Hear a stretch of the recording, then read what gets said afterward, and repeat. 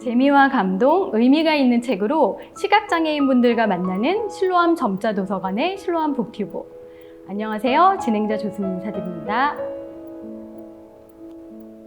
모두들 건강하게 여름 보내고 계시나요?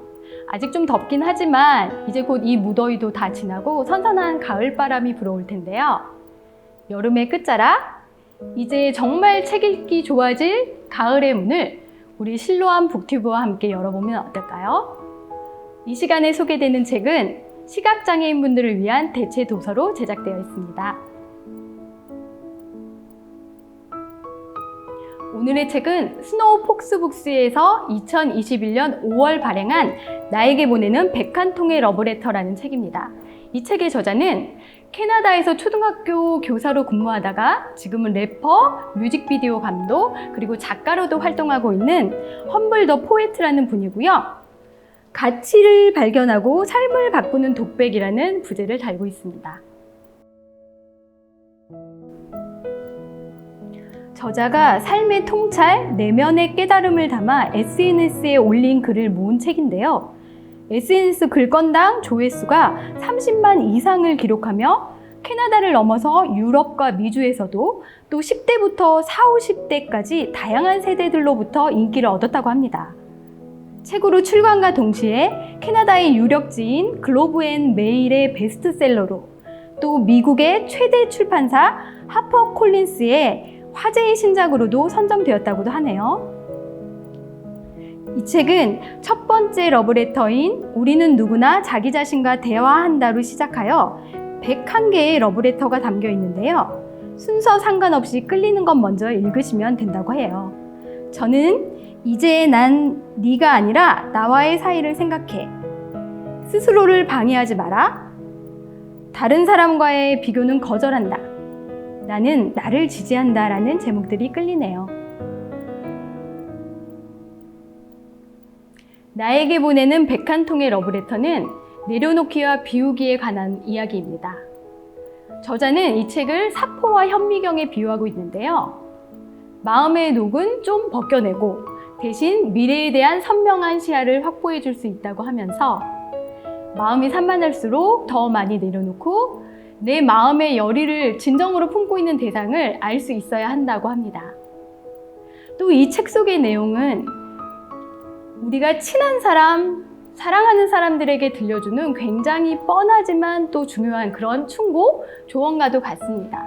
행복한 삶을 위해서 현재에 충실하면서 비우고 버려야만 더 나은 내일을 살 수 있다는 이야기를 하고 있는데요. 평소 저도 정말 중요하다고 생각하고 또 많이 다루고 있는 주제라 공감이 많이 되더라고요. 이렇게 사는 나라, 나이, 하는 일도 다른데 비슷한 생각을 하고 있는 저자와 꼭 한번 만나서 이야기 나누고 싶어지기도 하고요. 이렇게 뻔한 이야기인데 저뿐만이 아니라 앞에 책 소개 때 말씀드린 것처럼 정말 세계의 많은 사람들이 관심을 갖고 있다는 것은 우리가 살아가면서 듣고 싶은 이야기들이 어떤 거창한 것들이 아니라 귀찮아 하면서도 옆에서 이렇게 들려주는 애정 어린 사랑의 잔소리 아닐까요? 그런 뜻에서 오늘 이 책을 여러분에게 소개하려고 합니다. 내려놓고 비운 후 어떤 것을 채우고 또 새로이 배워야 할지 나에게 보내는 101통의 러브레터 이 책 속의 이야기들을 몇 가지 키워드로 여러분에게 소개해드리려 합니다. 먼저 관계에 대한 이야기인데요. 저자는 내 행복의 열쇠를 다른 사람의 주머니 속에 넣게 되면 그때부터 그 사람에게 휘둘리게 된다는 말로 인간관계의 지혜를 우리에게 전하고 있고요. 전적으로 공감하는 말. 그 누구와의 관계보다도 나 자신과의 관계가 가장 중요하다는 이야기를 하고 있습니다. 또 관계 중에서 가장 큰 영향력을 미친다고 할 수 있는 사랑에 대해서도 여러 가지 조언을 건네는데요. 세상의 모든 것이 변하듯이 인간관계도 변하기 마련이며 또 심지어 우리가 배신을 당하거나 버림받았을 때라도 그 이유를 나의 가치에서 찾지는 말자고 합니다. 내 가치는 내 자신이 결정하는 거니까요. 그리고 정말 귀에 쏙 들어오는 아주 재미있는 비유인 사랑은 선물이지 대출금이 아니라는 이야기를 하면서 내가 누군가에게 사랑을 줬을 때 그것을 돌려받기를 바라지는 말자고 하네요. 대신 그렇게 주어도 아깝지 않을 만큼 내 중요한 인생을 곁에서 함께 할 사람을 고르는 것에 좀 더 신중하게 할 필요가 있다고 충고하고 있습니다.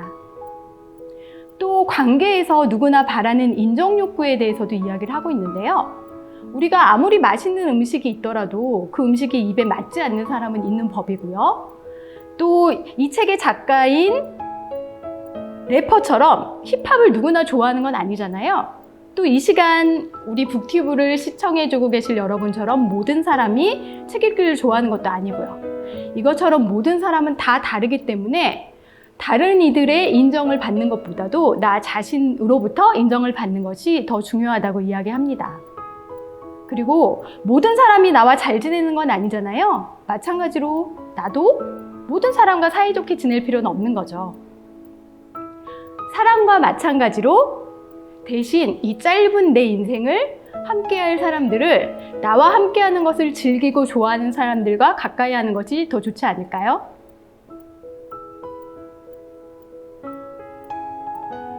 다음으로 감정에 대한 이야기입니다. 특히 고통이나 힘든 감정에 대한 이야기인데요. 우리가 살다 보면 나쁜 기억들이 종종 떠오르죠. 그 때문에 고통받기도 하고요. 그런데 그 고통은 우리가 과거에 머물기 때문에 받는 고통이라는 것을 빨리 깨닫고 현재에 집중함으로써 고통과 싸울 수 있다고 작가는 말하고 있습니다. 과거의 일은 과거에 남겨두자고요. 그리고 인생의 모든 것들은 일시적이라고 또 이야기하고 있고요. 우리가 자꾸 착각하는 것들 있죠.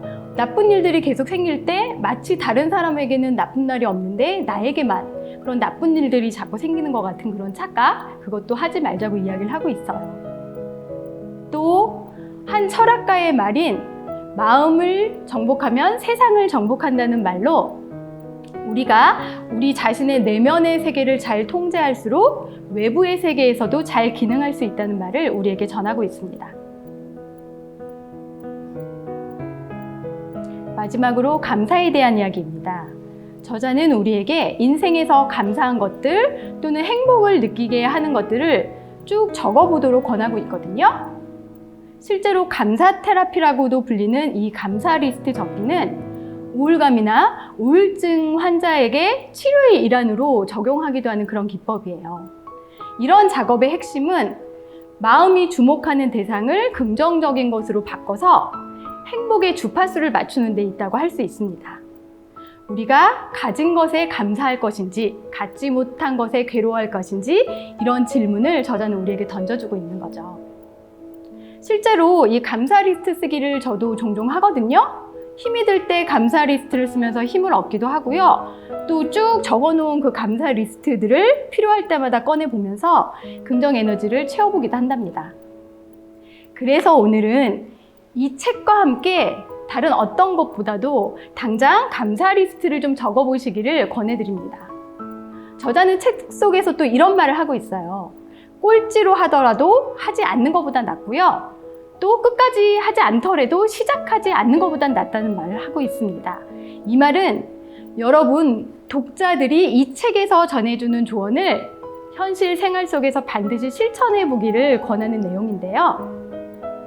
우리 감사 리스트 쓰기로 먼저 그 실천을 시작해 보면 어떨까요? 오늘은 험블 더 포에트의 나에게 보내는 101통의 러브레터와 함께 했습니다. 이 책 속의 이야기들은 평소 사실 가까운 사람, 또 잘 됐으면 하는 사람들한테 우리가 많이 들려주는 이야기들이잖아요. 그런데 나에게는 어떠셨나요? 단숨에 읽어도 좋고, 그날 기분 따라 끌리는 대로 읽어도 좋고, 또 옆에 두고 어디든 펼쳐봐도 좋을 오늘의 책으로 애정어린 조언을 나에게 해보는 건 어떨까요? 특히 이 책의 마지막 장은 이 세상에 단 하나인 존재인 나의 이야기로 채워갈 수 있게 되어 있습니다. 여러분은 그 안에 어떤 이야기를 채워나가실지 궁금해하면서 다음에 새로운 책으로 만나 뵙기를 기대하고 있겠습니다. 오늘 소개드린 이 책은 시각장애인을 위한 대체 도서로 제작되어 있고요. 아이프리 전자도서관 혹은 룩스데이지 어플을 통해서 다운받아서 읽어보실 수 있습니다. 감사합니다.